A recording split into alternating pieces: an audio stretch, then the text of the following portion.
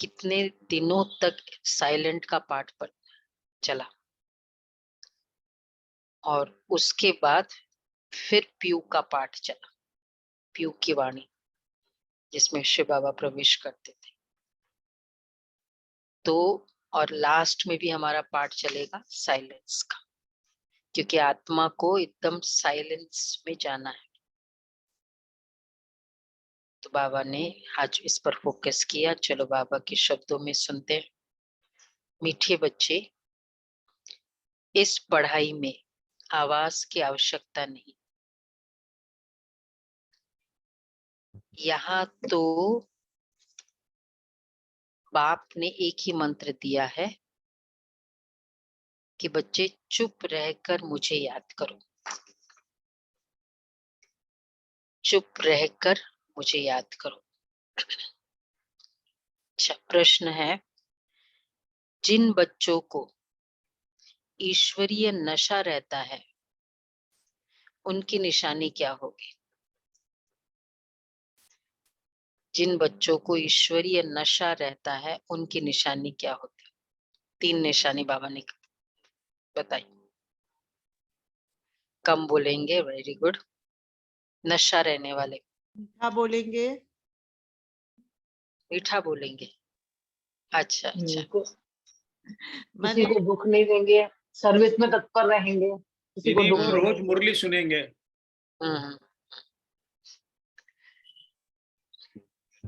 Royal चाल चलन होगा। चलो, वैसे तो आ चुका है, फिर भी फाइंड आउट करना। कुछ कुछ आ चुके हैं, एक बाकी है। हर्षित मुख रहेंगे। मुरली से फाइंड आउट करना, लास्ट में लेंगे। ओम शांति। बेहद का बाप बेहद के बच्चों को समझाते हैं। ऐसे तो कोई होता ही नहीं जो कहे कि बेहद के बच्चों प्रति समझाते हैं। बच्चे समझते कि हमारा बेहद का बाप वह है जिसको शिव बाबा कहते हैं। यूं तो बहुत मनुष्य है जिनका नाम शिव होता है, परंतु वो कोई बेहद का बाप नहीं है। बेहद का बाप एक ही है जो परम धाम से आया है। उस निराकार को ही पुकारते हैं, उसको भगवान कहा जाता है। ब्रह्मा विष्णु शंकर देवता है। भगवान जो परम धाम में रहते हैं वह सब आत्माओं का बाप है। तुम कोई गुरु गोसाई आदि के आगे नहीं आए हैं। वो लोग कहते श्री कृष्ण मधुबन में आया, परंतु मधुबन में आया श्री कृष्ण? हाँ, परमात्मा मधुबन में आया। तो श्री कृष्ण कहाँ आया? सत्युग में, वैकुंठ में।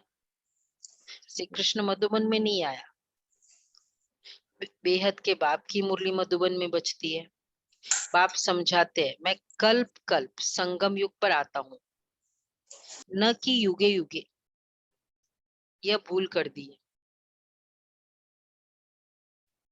तो संभवामी युग, कल्प कल्प बोलना चाहिए, युगे युगे नहीं।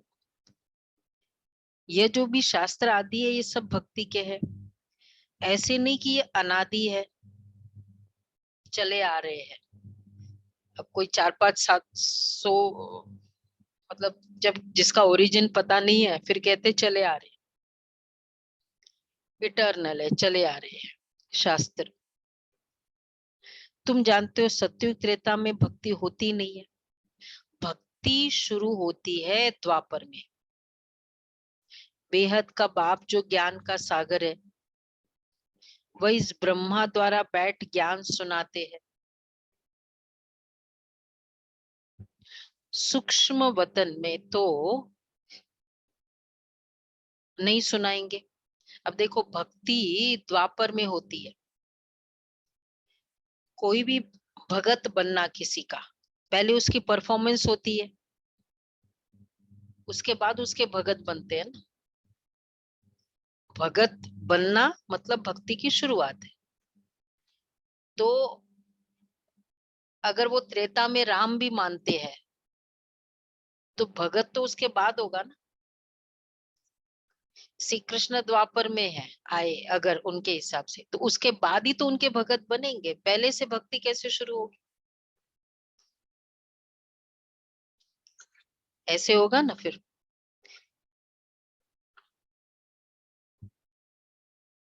हाँ, नहीं होती है ना, यही तो है।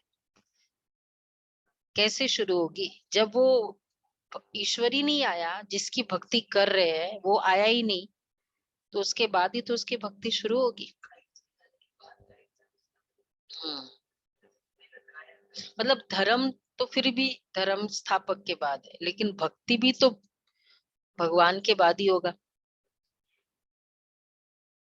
हम्म, कोई सोचते नहीं। वैसे तो इसलिए तुम जानते हो सत्युग त्रेता में भक्ति होती नहीं है। बेहद का बाप जो ज्ञान का सागर है, वह इस ब्रह्मा द्वारा बैठ ज्ञान सुनाते हैं। सूक्ष्म वतन में तो नहीं सुनाएंगे, बाप यहाँ सम्मुख बैठ समझाते हैं। तब तो गाते हैं दूर देश के रहने वाले। तुम जानते हो हम आत्माएं ब्रदर्स है, दूर देश के रहने वाले। वो गाने वाले तो कुछ भी समझते नहीं है। तुम मुसाफिर हो, दूर देश से आए हो पाठ बजाने, तो तुम जानते हो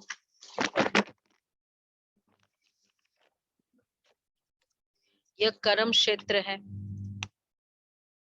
यहाँ हार और जीत का खेल है। ये भी बाप समझाते हैं, सब मनुष्य चाहते हैं शांति मिले। शांति कोई मुक्ति धाम के लिए नहीं कहते, यहाँ रहते शांति मांगते हैं, परंतु यहाँ तो मन की शांति मिल न सके। सन्यासी लोग शांति के लिए जंगल में चले जाते हैं, उन्हों को ये पता ही नहीं कि हम आत्माओं को शांति, यहाँ रहते मन की शांति मिलेगी। कलयुग में रहते, संगम युग में रहते मन की शांति मिलेगी। हाँ तो मिलेगी ना, मिलेगी। बाबा कहते हैं यहाँ तो मन की शांति मिल न सके, उन सन्यासी लोग शांति के लिए जंगल में चले जाते हैं, उन्हों को ये पता ही नहीं कि हम आत्माओं को शांति अपने निराकारी दुनिया में ही मिल सकती है। कोई चुलबुल ना हो, मन पॉजिटिव विचार भी ना करे, मन शांत, तो ये सिर्फ निराकारी दुनिया में हो सकती है। वह समझते आत्मा पर ब्रह्म अथवा परमात्मा में लीन हो जाती है। यह भी नहीं समझते कि आत्मा का स्वधर्म है ही शांत, ये आत्मा बात करती है, आत्मा रहती है शांति धाम में, वहीं उसको शांति मिलेगी। इस समय सबको शांति चाहिए। सुख को कोई सन्यासी मानते ही नहीं है, निंदा करते हैं, क्योंकि शास्त्रों में दिखाया है कि सत्युग त्रेता में तो कंस जरासंधी थे। अच्छा, लक्ष्मी नारायण को भूल गए, कितना भयानक युग था सत्युग में। हिरना, दो ब्रदर्स थे ना, हिरण्यकश्यप, हिरणाक्ष, कुछ ऐसा ही, दो भाई। तो सत्युग भी कितना भयानक, त्रेता में तो रावण का, वो तो वैसे भी भयानक हो गया। लक्ष्मी नारायण को भूल गए, तमो प्रधान बुद्धि हो गए। बाप कहते मैं निराकार हूं, वो लोग कहते हैं नाम रूप से न्यारा। अब एक तरफ महिमा गाते हैं, अच्छा फिर कहते हैं सर्वव्यापी। अच्छा, जब नाम रूप से न्यारा, अच्छा फिर सर्वव्यापी कैसे होगा? नाम रूप से न्यारा है तो सब जगह कैसे होगा फिर? तो फिर उन्होंने हवा का एग्जाम्पल दे दिया। हवा का कोई नाम है, रूप है, लेकिन देखो वो सब जगह है। आकाश पोलार है, नाम है, रूप है, वो सब जगह है। ठीक है ना?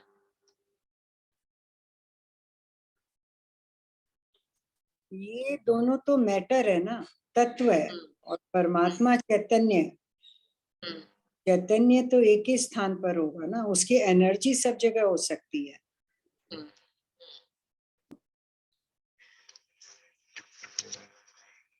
हाँ, इसलिए जड़ का चैतन्य के साथ वैसे भी कंपैरिजन नहीं हो सकता। बेसिकली यही है, जड़ और चैतन्य ऐसे कैसे कंपेयर करेंगे? चैतन्य है तो वो है ना, एग्जिस्ट करता है, और जब वो एग्जिस्ट करता है तो उसकी एक जगह होगी। तो बाबा कहते हैं जब नाम रूप से न्यारा है फिर सर्वव्यापी कैसे होगा? आत्मा का भी रूप जरूर है। कोई कह न सके आत्मा नाम रूप से न्यारा है। कहते हैं भ्रुकुटी के बीच तो आत्मा ही एक शरीर छोड़ दूसरा लेती है। परमात्मा पुनर्जन्म नहीं लेते, जन्म मरण में मनुष्य आते हैं। यह है तुम्हारी पढ़ाई। अच्छा, पढ़ाई में कोई बाजा गाजा नहीं बजाते, तुम्हारी पढ़ाई होती है। देखो, इसलिए सत्संग या भजन कीर्तन और हमारी पढ़ाई, अगर हम भजन कीर्तन उसमें तो शोर आवाज होता ही है, सत्संग भी कहे तो भी थोड़ी आवाज होती है। भजन गाएंगे, कुछ ज्यादा नहीं गाएंगे, थोड़ा तो गाएंगे। लेकिन पढ़ाई, पढ़ाई में आवाज होती है। पढ़ाई मतलब ही शांत, कहते एकदम शांत। थोड़ा सा भी क्लास में किसी की कमेंट्स भी कोई इधर भी देख ले तो क्लास में डिस्ट्रैक्शन हो जाता है। तो ये पढ़ाई है, यहाँ साइलेंस चाहिए, इसलिए ये सत्संग नहीं है। तो परमात्मा, तो हम तो आवाज से परे जाते, पढ़ाई में कोई बाजा गाजा नहीं बजाते। अच्छा, तुम्हारी पढ़ाई होती है सवेरे, उस समय मनुष्य सोए रहते हैं। वास्तव में तुमको रिकॉर्ड बजाने की भी दरकार नहीं है। आपको पता है ना, 3:30 बजे का एक रिकॉर्ड होता है। जब बाबा के दिनों में होता था रिकॉर्ड, जाग सजनिया जाग अब नवयुग आया, मधुबन में रिकॉर्ड बजता था। आजकल क्या हो रहा है? हो रहा है ना, अमृत अमृत वेले। वेले शुद्ध पवन है। किसके घर में बजता है? एक मोबाइल में बजता है। अच्छा, मतलब रिकॉर्ड उठाता है आपको। वो ट्रैफिक कंट्रोल में आ जाता है ना। हाँ, बजता है सबके घर में। वैसे अच्छा है, उसके इंस्टेड ऑफ अलार्म ये इस तो तरह की आवाज से उठे, जैसे ये बाबा बोल। बाद में बसता है, उठे हुए तो पहले ही होते हैं। अच्छा अच्छा, तो बाबा पहले, तो बाबा क्या कह रहे हैं? वैसे इसकी भी जरूरत नहीं है, आवाज है ना, तो रिकॉर्ड बजाने की भी दरकार नहीं है। हम तो आवाज से परे जाते, यह तो निमित्त सबको जगाने के लिए बजाने पड़ते हैं। मुरली पढ़ने अथवा सुनने में आवाज बाहर नहीं जाता है, पढ़ाई में आवाज होता ही नहीं है। बाप बैठ मंत्र देते हैं, बच्चे चुप रहकर मुझे याद करो। साइलेंस, चलो एकदम साइलेंस में निसंकल्प। मैं आत्मा ज्योतिर्मय।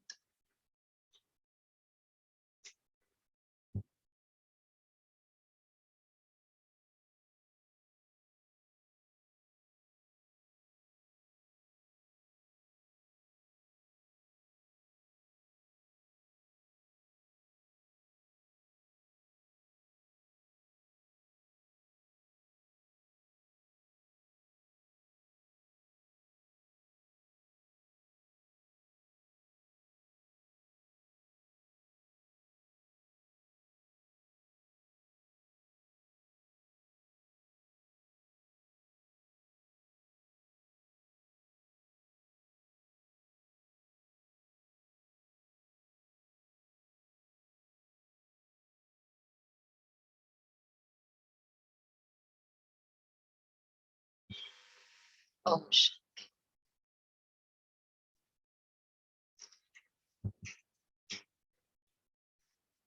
यहाँ जो बाबा हमें सिखाते, संकल्पों का भी साउंड नहीं। तो बच्चे चुप रहकर मुझे याद करो। यहाँ कोई गुरु आदि नहीं है जो बैठ एक एक को कान में मंत्र दे, अच्छा फिर कह देते किसको नहीं सुनाना। यहाँ तो वो बात ही नहीं है। बाबा तो ज्ञान का सागर है। वहां भक्ति में मानते न मंत्र किसी को सुनाओ, न अपना अनुभव कुछ दिखा किया है तो भी मैं मत किसको सुनाओ। हाँ, नहीं सुनाना चाहिए, ऐसे मानते हैं। क्यों? वही नजर लग जाएगी। मंत्र क्यों नहीं सुनाना चाहिए? पता नहीं क्यों नहीं सुनाना चाहिए। सिद्धि खत्म हो जाती है। नहीं नहीं, ऐसा नहीं, कुछ रीजन है। मंत्र क्यों नहीं सुनाते? क्या रीजन है? किसको पता है? नहीं पता नहीं है, पर ये सोचते होंगे कि उसकी शक्ति कम हो जाएगी क्या? शक्ति कम हो तो जाएगी। मंत्र की शक्ति कम हो जाएगी अगर दूसरे को बताए, किसी को बताते नहीं। सबको एक ही मंत्र दे देते हैं वो लोग, कोई उनके पास 1000 मंत्र हाँ। थोड़ी।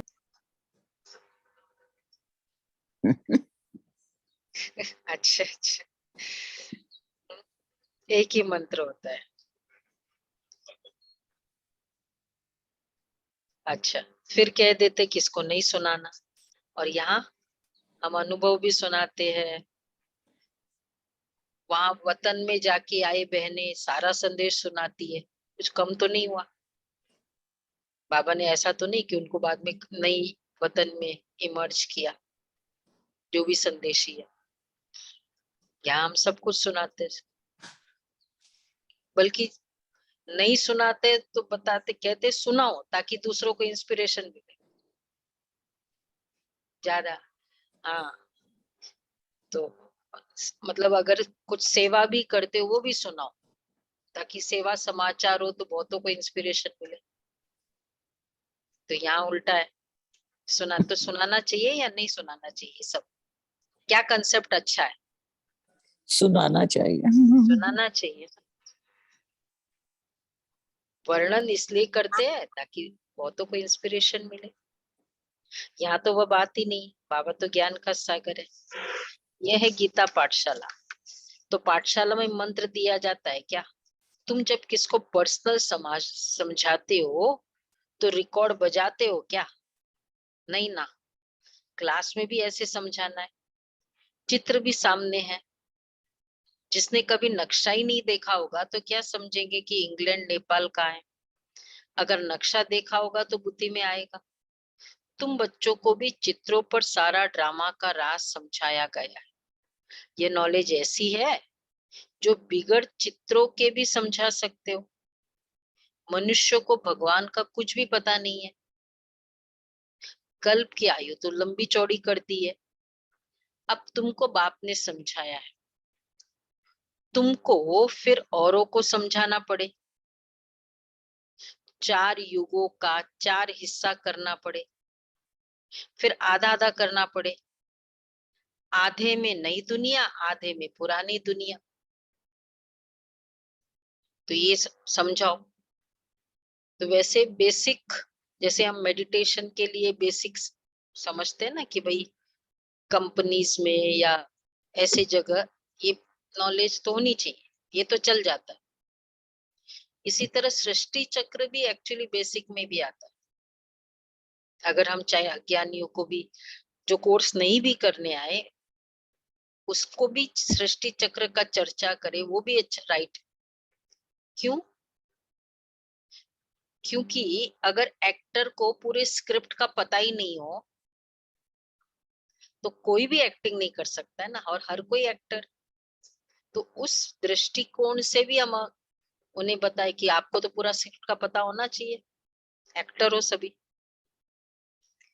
तो ऐसे ऐसे ये स्क्रिप्ट चलती है पूरी। तो बाबा कहते हैं, तो समझो कोई मकान की आयु 50 वर्ष है तो आधा में पुराना कहेंगे ना। दुनिया का भी ऐसे है। ऐसे नहीं कि नई दुनिया, देखो आधे में नई दुनिया आधे में पुरानी दुनिया। क्यों? ऐसे नहीं कि नई दुनिया की आयु बढ़ी देंगे। कितनी अच्छी बात बाबा ने एग्जाम्पल दिया। समझ में आया सबको? रमेश भाई,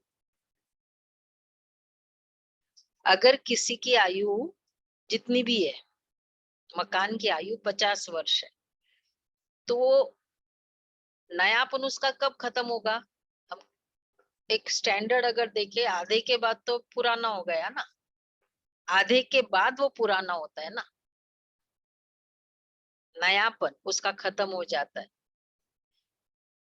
मतलब रफली उसको, वैसे तो नेक्स्ट डे से ही पुरानी हो जाती चीज, लेकिन तो बाबा इसलिए कहते, समझो कोई मकान की आयु 50 वर्ष है तो आधा में पुराना कहेंगे। दुनिया का भी ऐसे है। बाबा लॉजिकली एक्सप्लेन करते कि तब तक तो वैसे पुराना है पर फिर भी नया है। ये सब बाप ही आकर बच्चों को समझाते। इसमें गीत गाने व कविता आदि सुनाने की दरकार ही नहीं, प्रोहिबिटेड। आज आवाज भी नहीं करो, गीत कविता कुछ भी नहीं गाओ। ये तो बाबा का मूड होता है, कभी कहते हैं घर में रखा करो, रिकॉर्ड सुना करो। हाँ, जब कोई दर्द हो ना, कोई ऐसी दुख की बात हो ना, तो रिकॉर्ड चालू करो। हम संगम युग के ब्राह्मणों की रस्म रिवाज बिल्कुल ही न्यारी है। किसको पता ही नहीं कि संगम युग किसको कहा जाता है, संगम पर क्या होता है। तुम जानते हो, दूर देश के रहने वाला बाप पति दुनिया में आए हैं। ब्रह्मा विष्णु शंकर को का दूर देश नहीं है, दूर देश है। देखो, ब्रह्मा विष्णु शंकर का दूर देश नहीं है, दूर देश है परम धाम। हाँ, शिव बाबा, किसका है दूर देश? शिव बाबा। शिव बाबा। शिव बाबा भी आए, दूर देश से आए। और आत्माओं का, हम सब निराकारी दुनिया में रहने वाले। तो पहले निराकारी दुनिया, फिर आकारी, फिर साकारी। निराकारी दुनिया से पहले देवी देवता धर्म की आत्माएं आती है। पहले सूर्यवंशी घराना यहाँ था, फिर चंद्रवंशी घराने की आत्माएं आएगी। पहले तो सूर्यवंशी है तो चंद्रवंशी नहीं है। चंद्रवंशी जब होते तो कहेंगे,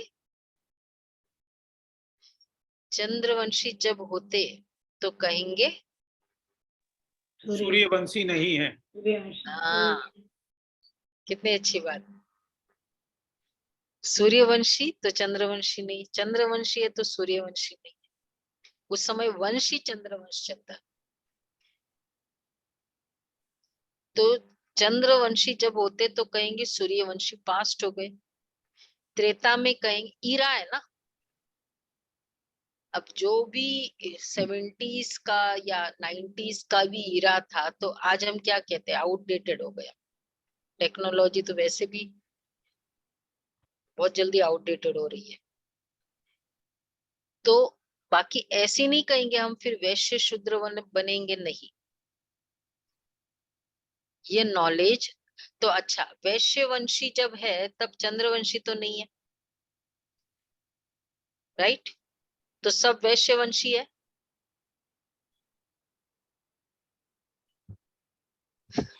द्वापर में वैश्यवंशी है, तो सारे वैश्यवंशी है। टोटल कॉन्शियसनेस की बात हो रही है ना।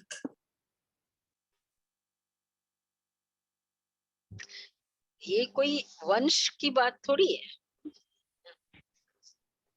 वैश्य ये मतलब वो उस समाज की स्थिति का वर्णन है ना। शूद्र वंश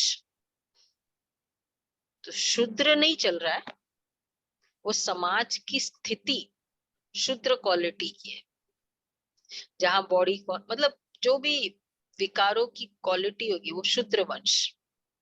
तो ऐसे कोई वंश नहीं चलता है। तो क्या लक्ष्मी नारायण को वैसे बोलेंगे क्या, वहां वंश से बुलाएंगे? सूर्यवंशी नारायण पधार रहे हैं, ऐसे बुलाएंगे?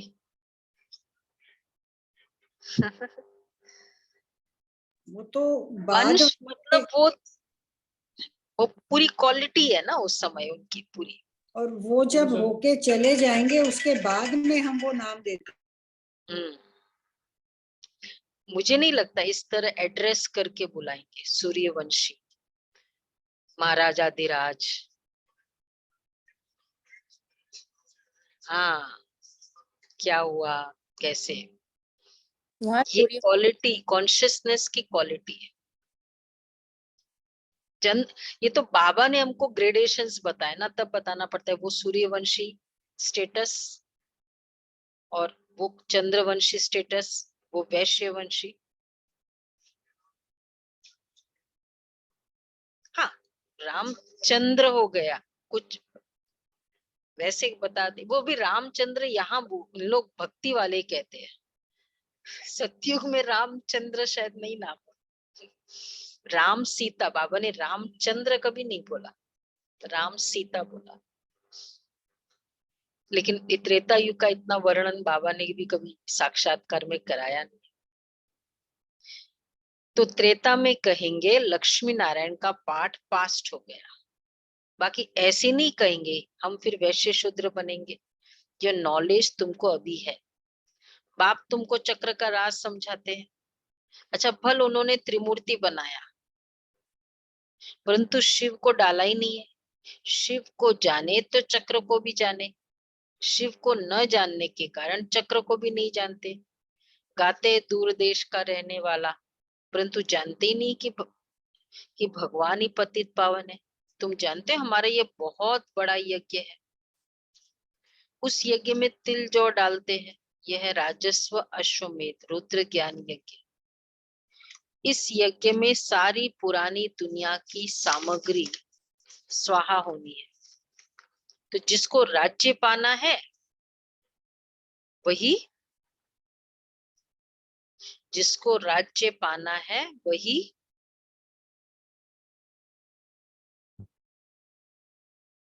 स्वाहा होगा। वही योग में पूरा रहते हैं। जितना राज्य उतना राजयोग, योग में पूरा रहते। अच्छा, सिल्वर एज में भी 2 कला कम कहा जाता है। देखो, राज्य की निशानी होगी वही राजपद की, योग की स्थिति, निरंतर योग की स्थिति फील करेंगे के लिए 2 PM फॉर्मूला बड़ी नहीं है, क्योंकि पूरा टाइम योग में रहेंगे। अच्छा, सिल्वर एज में भी 2 कला कम कहा जाता है। पहले 1250 वर्ष सतयुग के है, फिर क्या हो जाता है, 1250 वर्ष सतयुग के हैं, फिर 625 वर्ष में 1 कला कम हो जाती है। देखो कितना बाबा का स्टैटिस्टिक्स कितने एक्यूरेट।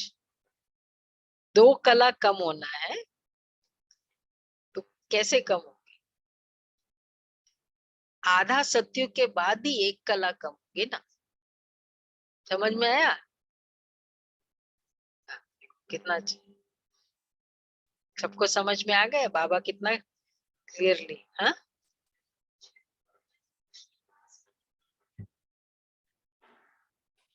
एक कला कम वाली स्टेटस में आया ना वो, तो फिर शुरुआत का ही है ना, तो शुरुआत। तो उस फेज में ये भी एक अच्छा सोचने का ऊपर, अगर उस फेज में जो भी आएंगे 16 कला वाले आएंगे, वो आत्माएं जो सत्य के उस फेज में आएंगे, तो उनमें हर में हर गुण होगा, हर शक्ति होगी। सोचना इस पर, ठीक है शशि बहन? हर में हर गुण हर शक्ति नहीं। आज तो सोचो। बाबा ने 15 कला भी बता दिया, फिर 1 हाँ, कला कम 15 तो कला। 15 कला नया। 14 कला तो होता है, 15 कला भी होता है। हाँ, बाबा रूहानी सत्संग के साथ साथ रूहानी चार्टर्ड अकाउंटेंट भी है।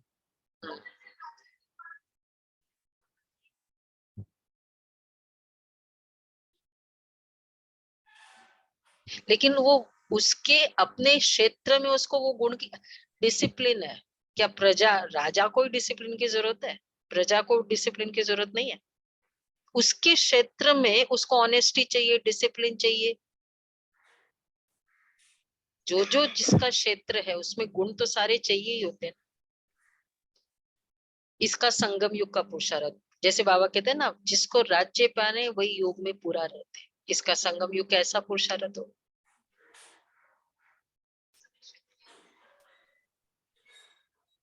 हाँ, शक्तियां नहीं है, सर्व गुण संपन्न। शक्तियां तो अभी चाहिए, ये राइट है। हाँ, मास्टरी आ जाती है ना उसमें गुणों की, तो त्रेता में और भी खाद पड़ जाती है। अब तुम बच्चों को समझाया जाता है, जितना बाप के साथ बुद्धि योग रखेंगे तो खाद निकल जाएगी, नहीं तो सजा खाकर फिर सिल्वर एज में आ जाएंगे। श्री कृष्ण को सब प्यार करते हैं, झूला झुलाते हैं, राम को इतना नहीं झुलाएंगे। आजकल तो रेस की है। देखो, श्री कृष्ण को सब प्यार करते हैं, राम लला, फिर भी जितना श्री कृष्ण को है। परंतु ये कोई नहीं जानते कि लक्ष्मी नारायण ही छोटेपन में राधे कृष्ण है। राधे कृष्ण पर बहुत दोष लगाए हैं, लक्ष्मी नारायण पर कोई दोष ही नहीं है। श्री कृष्ण तो छोटा बच्चा है, बच्चा और महात्मा समान है। महात्मा लोग तो सन्यास करते, श्री कृष्ण तो पति था ही नहीं जो सन्यास करे। छोटा बच्चा पवित्र होता है, इसलिए उनको सब प्यार करते हैं। पहले सतो प्रधान फिर सतो रजो तमो में आते हैं। श्री कृष्ण को सब याद करते हैं। बाबा का मन मनाभव मंत्र तो बहुत नामी ग्रामी है। देह अभिमानी बनो, देह के सब धर्म छोड़ो। ये ज्ञान तुम कोई भी धर्म वाले को दे सकते हो। बेहद का बाप कहते हैं अल्लाह को याद करो। आत्मा अल्लाह का बच्चा है। आत्मा कहते खुदा ताला, अल्लाह साई। जब अल्लाह कहते हैं तो जरूर आत्मा का बाप निराकार है। उनको ही सब याद कर दिया, उनकी कहावत है अल्लाह साई खुदा ताला। अल्लाह करने कहने से जरूर अल्लाह बोलते ही ऊपर नजर जाती है। हम लोग ऊपर वाला कहते हैं, वो अल्लाह कहते हैं। बुद्धि में आता है कि अल्लाह ऊपर में रहता है। यह है साकार सृष्टि, हम वहां के रहने वाले हैं। बाप कहते हम भी मुसाफिर, तुम भी मुसाफिर हो, परंतु तुम मुसाफिर पुनर्जन्म में आते हो। मैं मुसाफिर पुनर्जन्म में नहीं आता, मैं तुमको छीछी पुनर्जन्म से छुड़ाता हूँ। इस रावण राज्य में तुम बहुत दुखी हो, तब तो मुझे बुलाते हो।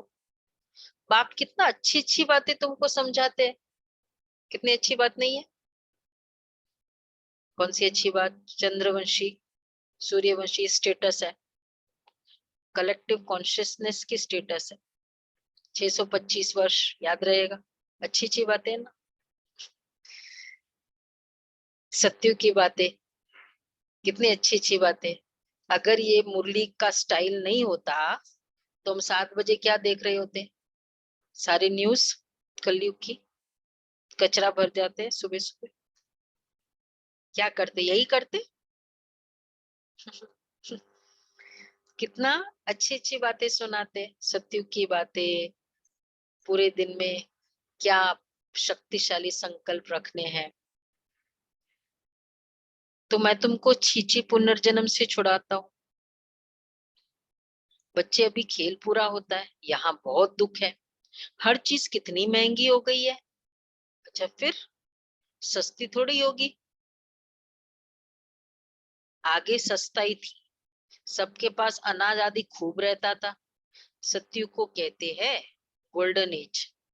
वहां सोने के सिक्के थे, करेंसी अशरफी। वहां सोना ही सोना होगा, चांदी भी नहीं। वहां सुनो, चलो सत्युग में चलो, वहां बाजार भी शॉपिंग करनी है, बाजार भी कैसे होगे, जाओ ना, रिवाइंड करो cassette. Barter system, barter system. Diamond के शोरूम, शोरूम डायमंड के सोने के। शोरूम तो क्या है, वहां तो जड़े ही सोने के होंगे, हीरे तो जड़े हुए होंगे, शोरूम की क्या जरूरत। बाबा कहते हैं वहां बाजार भी भपके की होगी, हीरे जवाहर क्या क्या पहनते होंगे, वहां हीरे जवाहरों का ही खेल चलता है। हाँ अच्छा, फिर और क्या होगा, बोलो बोलो, याद करो, आपके महल के आसपास क्या होगा, एक बताओ। विमान होंगे, वो अपने जो उड़ेंगे उनसे। हाँ, चार्टर्ड प्लेन्स होंगे सबके। हाँ, और सुनो, और बताओ, और याद करो अपने महल। वहां वो पर देखते, वो न्यू बात है बाबा की। स्टेजेस प्रोग्राम्स होंगे ना, कल्चरल आइटम्स बहुत होंगे वहां पर। अच्छा ठीक है, नहीं नहीं, चीज मतलब वो एरियाज की बात है, सामान, वो फिजिकल, वो एक्टिविटी की बात नहीं। और क्या होगा, farming, garden, garden. Garden. Garden common है आज, सबके ही अपने गार्डन है। फार्मिंग, खेती बाड़ी। हाँ, बाबा आज कह रहे हैं बड़ा तो अपने नहीं, महल में सोने और हीरे जड़े होंगे जिससे लाइट आएगी, लाइट की जरूरत ही नहीं पड़ेगी। वो तो ठीक है, वो कॉमन। नई बात, खेती बाड़ी ढेर होगी वहां, मतलब खेती होगी, तब फ्रूट्स कैसे खाएंगे हम लोग, खेती बाड़ी ढेर होगी सबके। हाँ हाँ, वो सब होगा ना।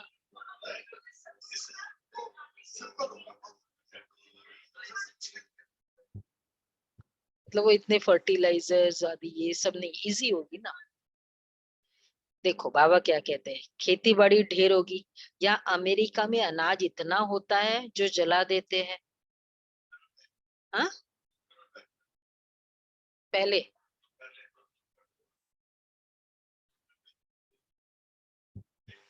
अच्छा, अभी तो जो बचत होती है वो बेच देते हैं, आप पेट्रोल लेते हैं ना, अभी तो भारत को दान करते हैं कितने सारे।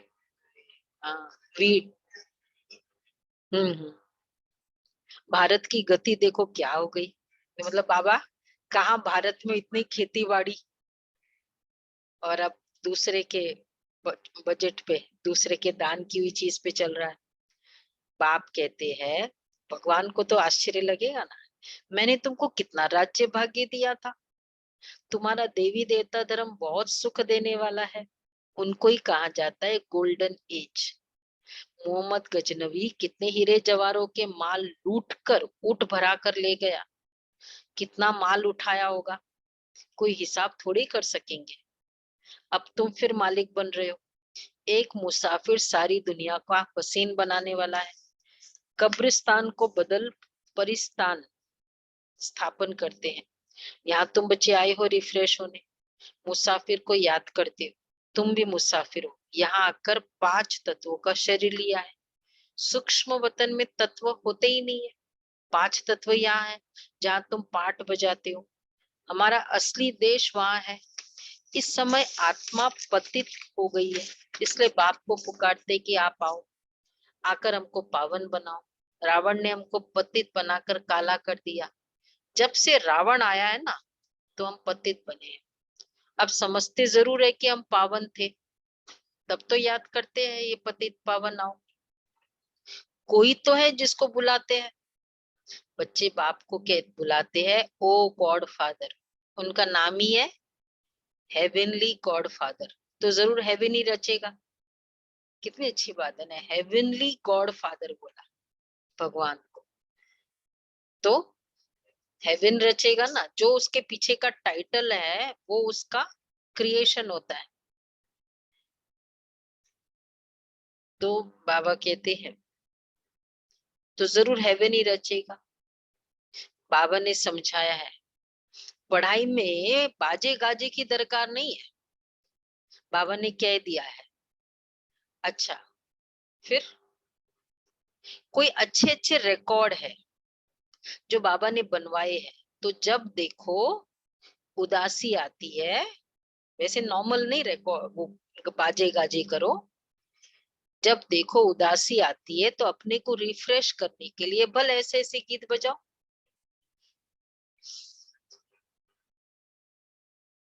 आज गीत नहीं था, आज गीत नहीं था, तो ऐसे अच्छे अच्छे गीत बजाओ। परंतु परंतु परंतु क्या, जितना आवाज कम करेंगे तो अच्छा है। रॉयल मनुष्य कम आवाज करते हैं ना, मुख से थोड़ा बोलना है, जैसे रत्न निकलते हैं। तुम ईश्वर के बच्चे हो तो कितनी रॉयल्टी, कितना तुम्हारे में नशा होना चाहिए। हमने पुरुषार्थ किया ना, मैं गॉड का बच्चा हूँ, कितना नशा होना चाहिए। राजा के बच्चे को इतना नशा नहीं होगा जितना तुमको रहना चाहिए। अच्छा, मीठे मीठे सिक्के दे बच्चों प्रति माता पिता बाप दादा का याद प्यार गुड मॉर्निंग। रूहानी बाप रूहानी की बाप की रूहानी बच्चों को नमस्ते। हम सब रूहानी बच्चों रूहानी की बच्चों रूहानी की बाप दादा को रूहानी याद माता प्यार पिता नमस्ते बाप गुड दादा मॉर्निंग। को थैंक यू याद बाबा, गुड शुक्रिया बाबा। मॉर्निंग और नमस्ते। मिला आंसर, शुक्रिया बाबा। बाबा आंसर मिला। दीदी मुख दीदी से अभी सदैव अभी रत्न निकालना चाहिए। दीदी अभी अपने लास्ट में कहा रॉयल्टी में रहना है। अभी लास्ट में कहा कितनी रॉयल्टी में रहना है। रॉयल्टी में रहना है, और 3 बात थी। और हाँ, ध्यान से सुन रहे हैं। और से खुद कम बोलेंगे, कम बोलना है, मुख से कम बोलना है। गाना बजाना है। मुख से बाबा ने ज्ञान यही रतन कहा, निकालेंगे, रत्न निकालना। ईश्वरीय ज्ञान नशे रतन में रहने निकालेंगे। वाले बच्चों की चलन बड़ी रॉयल होगी, रॉयल चाल चलन। रॉयल चलन। दूसरा, मुख से बहुत कम बोलेंगे। तीसरा, उनके मुख से सदैव रतन ही निकलेंगे। से सदैव रतन ही निकलेंगे। वैसे भी रॉयल मनुष्य बहुत थोड़ा बोलते हैं, तुम तो ईश्वरीय संतान हो, तुम्हें रॉयल्टी में रहना है। रॉयल, रॉयल चाल चलन, रॉयल हर चीज। और रॉयल्टी की डेफिनेशन कौन सा था? 16-10-15।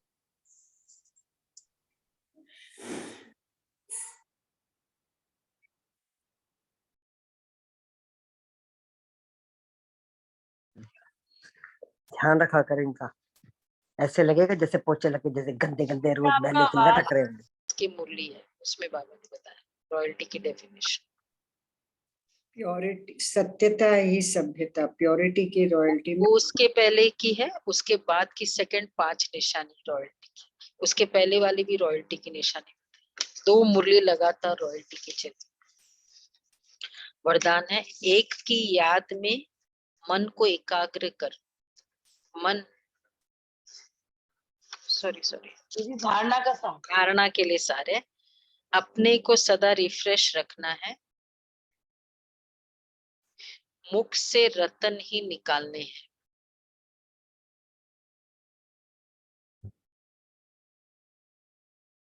कभी उदासी आदि आए तो बाबा के बनवाए हुए गीत सुनने हैं। वैसे गीत सुनते तो होंगे सभी।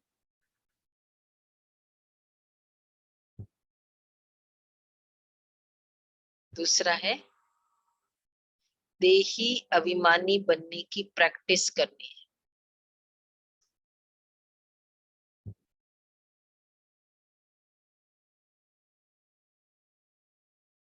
याद में रह खाद निकालने का पुरुषार्थ करना है।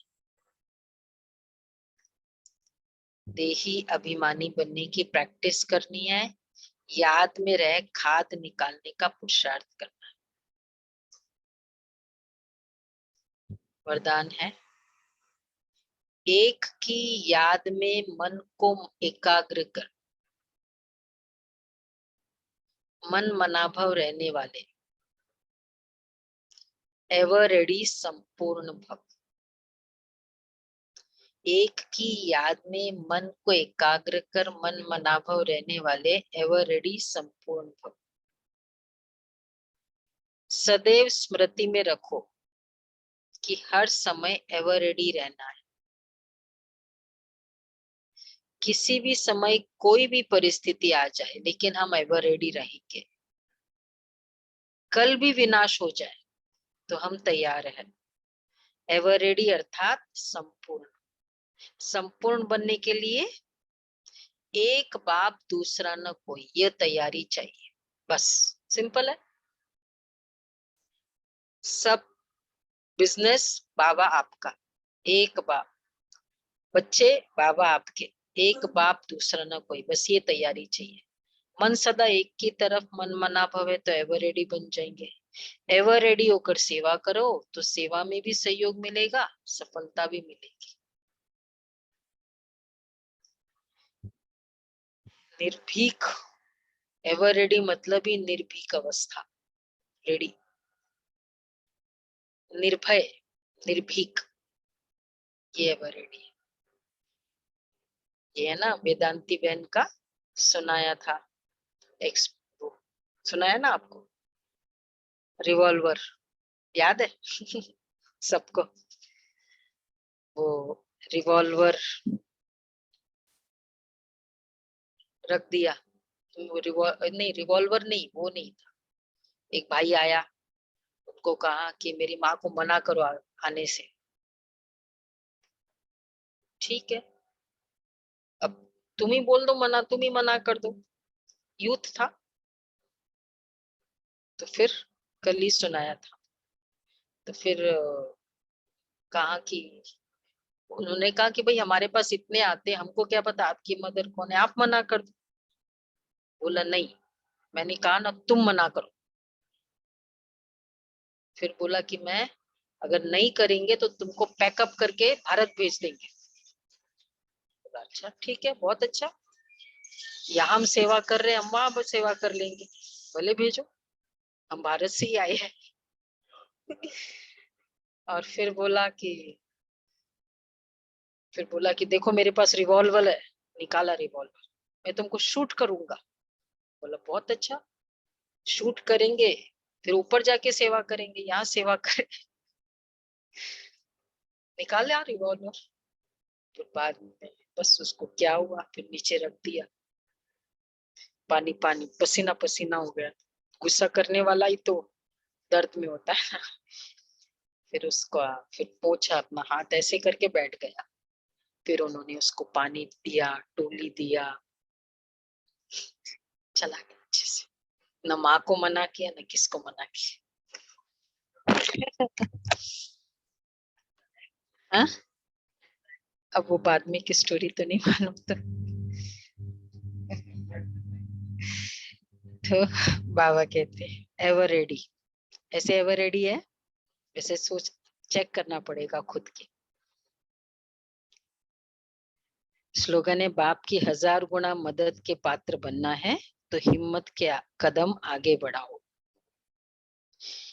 बाप के 1000 गुना मदद के पात्र बनना है तो हिम्मत के कदम आगे बढ़ाओ।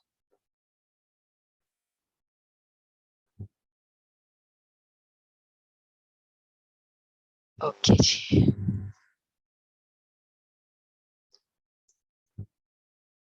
सच्चे दिल से कहो बाबा जो हूँ जैसी हूँ आपकी हूँ। इसके साथ बुद्धि की लाइन क्लियर चाहिए, लाइन में कोई भी डिस्टरबेंस नहीं हो, कट ऑफ नहीं हो।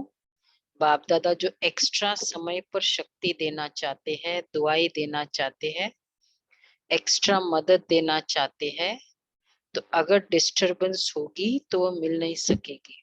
इसलिए दिल सच्ची और साफ हो। कोई भी छोटी मोटी बातों का कीचड़ा दिल में ना हो। तो ये पुरुषार्थ है, पर हम कल से अलग वे से उसको करेंगे।